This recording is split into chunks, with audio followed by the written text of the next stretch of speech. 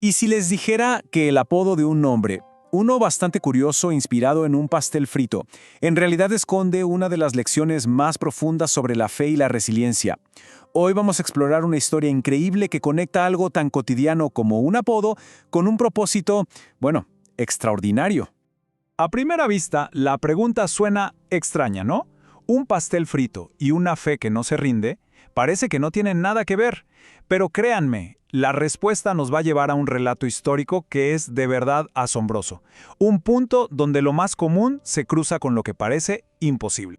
Para entender esta metáfora, tenemos que viajar un momento a Brasil. Allá, el pastel de feria es tan popular, tan querido, que lo votaron como una de las maravillas gastronómicas de Sao Paulo. Y su preparación es simple. Una masa que se fría en aceite muy, pero muy caliente. Quédense con esa imagen, ¿ok? Aceite hirviendo. Y aquí es donde la historia da un giro total. Porque, claro, no estamos aquí para una clase de cocina. Esto se trata de la primera persona a la que podríamos llamar, en un sentido muy figurado, el hombre pastel. Y ese hombre es Juan, el apóstol. Se ganó este apodo en un momento que, literalmente, desafió a la muerte. Así como el pastel de feria, él fue arrojado al aceite hirviendo, pero lo que pasó después dejó sorprendido a todo un imperio. Pero antes de llegar a esa prueba de fuego, o bueno, mejor dicho, de aceite, es súper importante entender quién era Juan. Su vida es, en sí misma, una historia de transformación radical. Miren, al principio Juan no era precisamente el apóstol del amor, para nada. A él y a su hermano los conocían como Boanerges, que significa hijos del trueno. Y se ganaron ese apodo por su temperamento. Digamos que era explosivo. Eran impetuosos. Pero algo en su vida lo cambió por completo, hasta convertirlo en el discípulo amado, forjando un carácter que muy pronto sería puesto a prueba hasta el límite. Y esa fe ya transformada iba a ser probada de la manera más brutal que uno se puede imaginar, en un choque directo con todo el poder del Imperio Romano.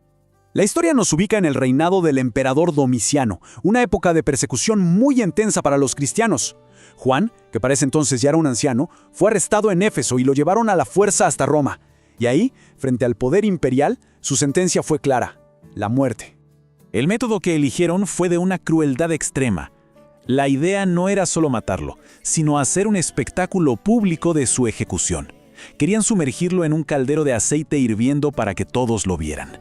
La fuente histórica, a través del escritor antiguo Tertuliano, nos da una imagen muy vívida de la escena.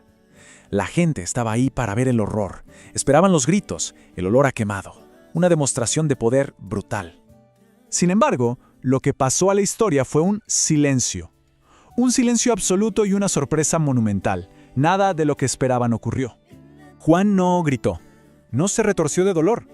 Las crónicas antiguas describen algo casi surrealista. Dicen que parecía relajado, como si estuviera en un baño tibio, en un hidromasaje. Y cuando lo sacaron, estaba completamente ileso, ni una quemadura. Como no pudieron matarlo, las autoridades romanas hicieron lo único que se les ocurrió. Lo desterraron a la remota isla de Patmos. Y fíjense qué ironía. Fue justo ahí, en el exilio, en el intento de silenciarlo para siempre, donde recibió las visiones que se convirtieron en el último libro de la Biblia, el Apocalipsis. La historia es increíble, ¿verdad?